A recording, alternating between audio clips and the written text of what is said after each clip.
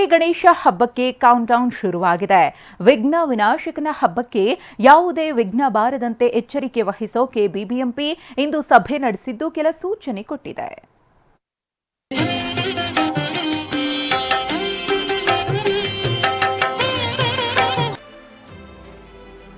ನಗರದಲ್ಲಿ ವಿಘ್ನ ವಿನಾಯಕನ ಹಬ್ಬಕ್ಕೆ ಕೌಂಟ್ಡೌನ್ ಶುರುವಾಗಿದೆ. ಇದೇ ವೇಳೆ ಯಾವುದೇ ವಿಘ್ನ ಬಾರದಂತೆ ಎಚ್ಚರಿಕೆ ಕೂಡ ವಹಿಸಲಾಗುತ್ತಿದೆ. ಮೊನ್ನೆಯಷ್ಟೇ ಪೊಲೀಸ್ ಇಲಾಖೆ ಜೊತೆ ಸಭೆ ನಡೆಸಿದ್ದ ಬಿಬಿಎಂಪಿ ಇಂದು ಎಲ್ಲಾ ವಲಯದ ಅಧಿಕಾರಿಗಳು, ಅಗ್ನಿಶಾಮಕ ದಳ, ಬೆಸ್ಕಾಂ ಸೇರಿ ವಿವಿಧ ಇಲಾಖೆಗಳ ಜೊತೆ ಸಭೆ ನಡೆಸಿದ್ರು. ಗಣೇಶನ ಹಬ್ಬಕ್ಕೆ ಯಾವುದೇ ಅಹಿತಕರ ಘಟನೆ ನಡೆಯದಂತೆ ಎಚ್ಚರ ವಹಿಸೋಕೆ ಜಿಲ್ಲಾಡಳಿತ, ಪಾಲಿಕೆ ಹಾಗೂ ಪೊಲೀಸ್ ಇಲಾಖೆ ಫೀಲ್ಡ್ಗಿಳಿಯಲು ಸಜ್ಜಾಗಿದೆ.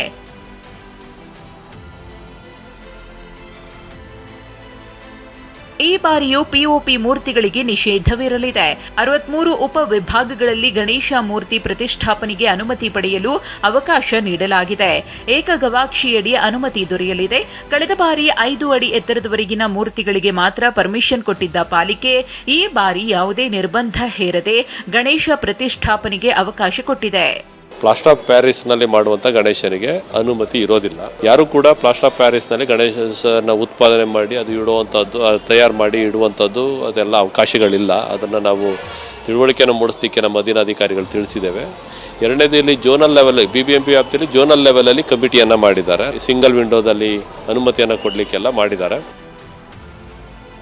ಸದ್ಯ ಗೌರಿ ಗಣೇಶನ ಹಬ್ಬಕ್ಕೆ ಸಿಟಿ ಮಂದಿ ಕೂಡ ಕಾದು ಕುಳಿತಿದ್ದು ನಗರದ ಗಲ್ಲಿ ಗಲ್ಲಿಗಳಲ್ಲೂ ಗಣಪನನ್ನ ವೆಲ್ಕಮ್ ಮಾಡೋಕೆ ಕಾತರರಾಗಿದ್ದಾರೆ. ಶಾಂತಮೂರ್ತಿ, ಟಿವಿ9 ಬೆಂಗಳೂರು.